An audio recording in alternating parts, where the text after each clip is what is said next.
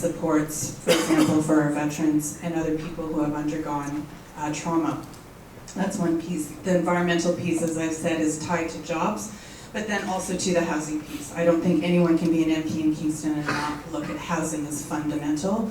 So obviously we need to look at this from a holistic perspective, that a lot of this is tied to intergenerational poverty as well. So we have geographic demarcations of class in this community.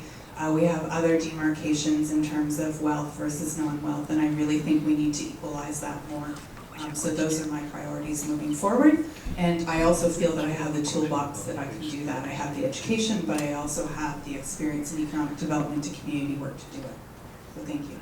Thank you, Ms. Christmas. Mr. Garrettson? Notwithstanding the environment being one of the most pressing issues of our time, as I look to the local level, which is, I believe, where the question is going, I think that there are two pressing issues. The first one is with respect to affordable housing, and this is everything from rent geared to income, right up to affordable mortgages. Having one of the lowest vacancy rates and highest rates of, if you list your house on the market right now, you'll probably have 4 offers in on it by the end of the day, the next day. There's a real crunch in our municipality, and we need to work on that. The federal government, and how it mirrors back to the federal government, is we have a strategy for a national housing strategy, which can be tapped into to advocate on behalf of the area to get more money into Kingston to help build housing. The other thing that I think is extremely pressing is access to a family doctor. And the reason why this mirrors back to the federal level is because when I was a city councilor in 2007, we decided, you know what, we're short on doctors in Kingston. We need to recruit more doctors to Kingston. So what we did is we put together a plan together. We went and started recruiting doctors, and we took doctors from Belleville and Brockville and other parts of Ontario and brought them to Kingston. Well, that was great. We temporarily fixed the problem here, but we just created another problem somewhere else. So this mirrors back to the federal level in the sense that we need a national strategy, and that's one of the things that we've committed to in our healthcare plan, is to develop a national strategy on how to attract and retain more doctors right here in Canada, so that we can make sure that every Canadian has a doctor and has access to a doctor when they need it, and has a family doctor. Thank you. Thank you, Mr. Garrettson. I believe it's we have many problems here in Kingston. The main, again, goes back to affordability. Life very expensive. Then the houses crisis. We all know rent went up, like prices went up. So this is just shows then, it's time make right decision. And as a father, I will focus to more like, you all students, you're gonna graduate. And we have to create high-paid jobs, so you have opportunity to find dream jobs, so you can actually enjoy the job. So I will focus on those all issues, but main focus, I will focus to bring more jobs to the Kingston, to make Kingston, I call Kingston center of universe.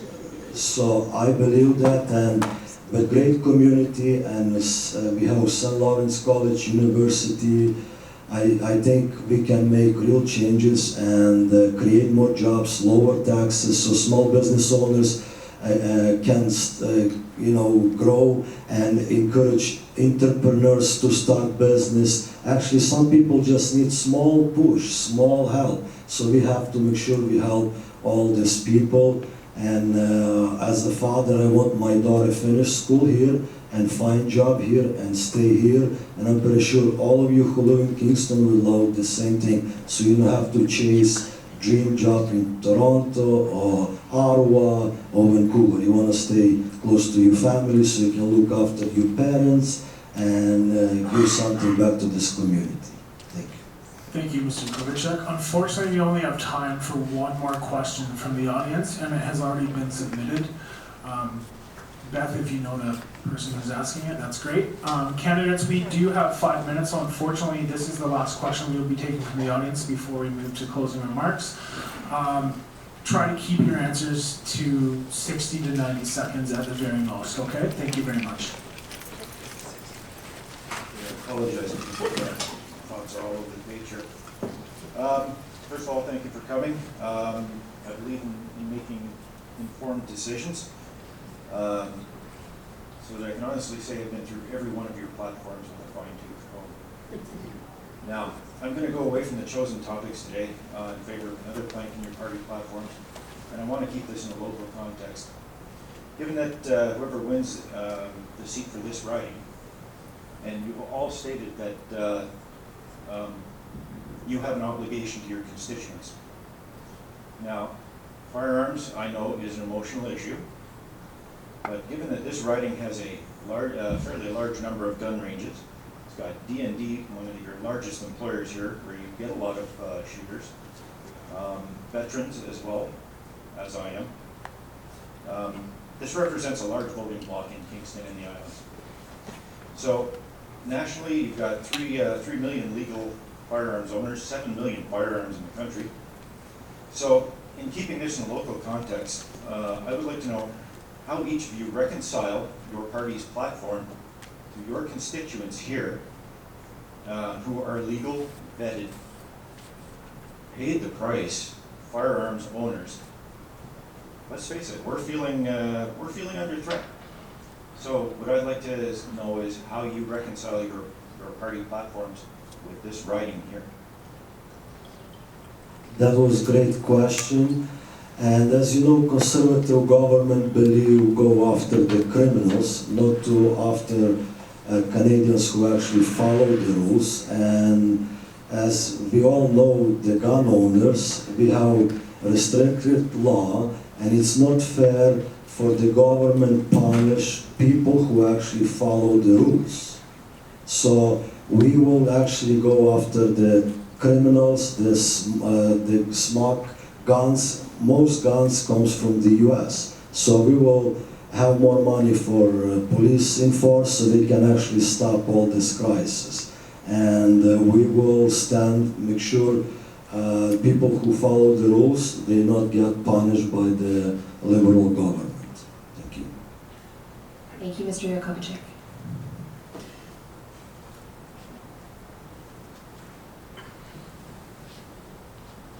The People's Party of Canada recognizes that gun owners are lawful and they're the most vetted citizens in our society. And the one thing we are going to definitely change is the situation where now you can become a criminal if you don't file your paperwork on time. You simply miss a diary date, if you will, and that's unacceptable. I'm a gun owner as well, and every 5 years goes by incredibly quick. I don't even know if they even send you a notice. I'm assuming they do. I always do it 1 year early, so just to make sure. This was the reason I thought of expanding the mental health access to psychologists, that I'd like to see it covered under OHIP, because it's really an issue about mental health and how many of these situations have been tragic could have been possibly alerted to or averted had we had greater healthcare reach out there. The saddest situation was recently Danforth, that was a stolen gun from the US. So I was in anti-smuggling, I did anti-firearms work, I did actual even in the local area when I was an RCMP officer. So I can tell you that I can't think of any instances where it was guns being stolen from lawful owners. It's always a criminal element, and that's where the focus should be. Thank you, Mr. Brooke. The NDP party, we recognize that a lot of our constituents in Kingston, in the greater Kingston area and other rural areas are hunters and use firearms for recreational and other purposes. We, however, as a party, we still are firmly committed to trying to stem really what's been a deluge of illegal firearms into Canada that we know have a direct correlation with certain kinds of crimes in urban centers. So granted, this is a question usually and most typically about large urban centers, but I don't think that even a community like Kingston is immune from those sorts of things. So again, we recognize that we have rural constituents. We are not against hunters having licensed firearms that that are brought to the attention of the government, that are registered with the government. But I think that it'd be remiss if we didn't recognize that we do have a problem with illegal firearms coming into Canada, primarily but not exclusively from the United States. And the NDP is of the position that this is a serious, it's a serious legal issue, law and order issue, but also a public health issue as well, because of the needless deaths by firearms that are occurring all over the country. Thank you, Mr. Walker. The Greens also recognize that firearms are used in traditional forms with respect to food gathering, people who hunt, but we are of the position that semi-automatic weapons do not belong in the hands of civilians. And even that if that's retired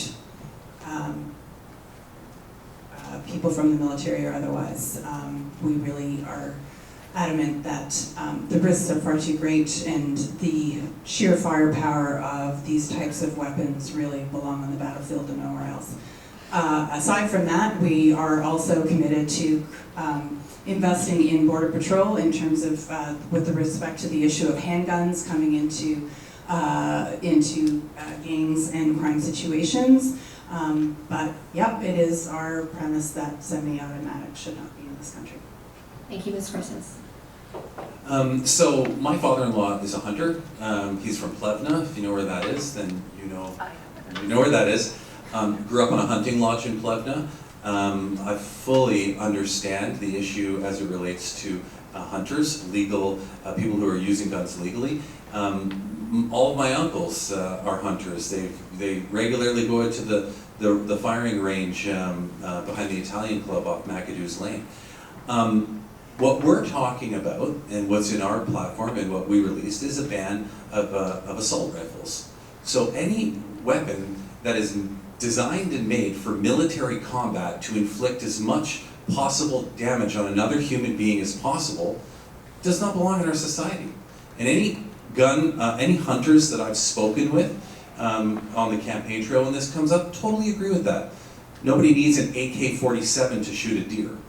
But those weapons are like the style of weapon that was used in the mosque shooting in Quebec just a couple years ago. So our commitment is to ban assault rifle weapons because they do not, in our opinion, belong in Canadian society. Thank you so much for your answers. That ends the open forum. We're going to move into closing remarks. And since you have the microphone, you can start. Thank you. Well, thank you very much to St. Lawrence College and the Student Association for putting this on. It's been a great opportunity to sit and chat with you. Over the last 4 years, it's been a real pleasure to represent you in Ottawa. During that time, I had the opportunity to work with members of our community to reopen the prison farms in Joyceville and Collins Bay. I also had the opportunity to work with City Council to get money for the third crossing. But perhaps one of my most things that I'm most proud of is my opportunity to work with St. Lawrence College to get $10.3 million for this area that we're sitting in right now. If elected, I would offer to you that I would continue to fight on behalf of Kingstonians. I would continue to work with St. Lawrence College, Queen's University, and people in our community to make sure that when it comes to resources that are being given by the federal government, that Kingston continues to get its fair shake. We live in one of the we have one of the fastest growing economies right now. Our unemployment is the lowest it has been since we started recording unemployment in the 1960s. We have the opportunity to continue moving forward with a progressive agenda that invests in people, or we have the opportunity to go back to austerity measures that you saw with Stephen Harper and Doug Ford. I'm asking you to choose to move forward with our progress and to continue to invest in Canadians, because I believe we should be fighting for things like pharmacare and making sure that everybody has the resources and skills they need to succeed in our society. So my name is Mark Gerritsen, and I'm asking for your vote on October 21st. Thank you. Thank you, Mr. Gerritsen. Mr. Yakovchuk. I would like to say thank you to St. Lawrence College for this opportunity, this great event. It's a great experience for me, who run first time for the office. And I would like to remind everybody this is very important election. It's all about affordability. It's all about create better jobs. It's have fiscal responsible government, ethical government, and government who actually make promises and accomplish all the promises. So I will promise I will represent everybody equally, and we have to remember we cannot afford more deficits and debt. This means then liberal government will mortgage you and the kids, the future, and it's not fair. So I'm here to fight back and represent everybody in Ottawa. And my name is Ruslan Yakovichuk, and I will ask you for your vote on October 21st. Thank you. Thank you, Mr. Yakovichuk. Mr. Walker, sure.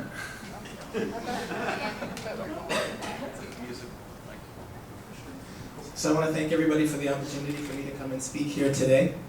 For me, there are four big issues that have animated my decision to become involved in electoral politics. I'm concerned about climate change. I'm concerned about affordability, as one of my colleagues said earlier. I'm concerned about true reconciliation and our relationship with First Peoples, the original caretakers of this land. And I'm also concerned about immigration and our commitment to maintaining Canada as a welcoming nation. I would encourage all of you to take a look at our New Deal for People, the NDP plan for how we will move Canada forward in the 20th century. We are going to tackle the climate change emergency in all the ways that I said before, reducing our emissions by 1/2 by 2030.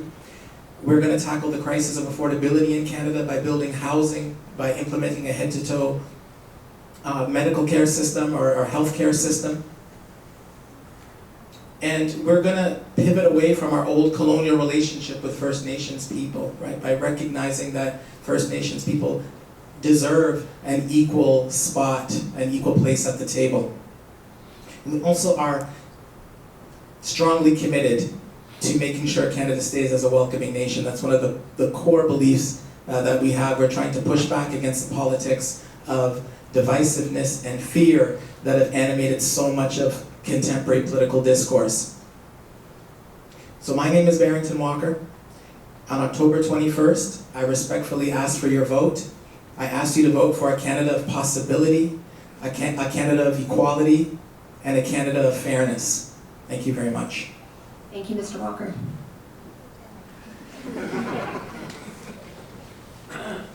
We do not inherit the land from our ancestors, we borrow it from our children. What about the fiscal future? We have permanent deficits. The Liberals do not even pretend to be committed to balancing the budget. We're not planning for the future if we're spending ourselves and our children into oblivion. Margaret Thatcher said the problem with socialism is you eventually run out of other people's money to spend. Balancing the budget by 2019 and at the end of first past the post are but two examples. Be wary of Liberal promises. If, God forbid, Trudeau is returned to office, he will assuredly block any investigation by the RCMP into SNC-Lavalin. I want each and every one of you to be able to speak and take a stand in this country without fear, no matter what belief you hold. I want you to know that freedom includes the right to say what others may object to and resent. Former Prime Minister John Diefenbaker said the essence of citizenship is to be tolerant of strong and provocative words. Kingstonians have shared much with me over the past months. What do people expect from a member of Parliament? They don't want someone who just occupies a seat. There is an obligation to be accountable. They don't want drama, they want decency.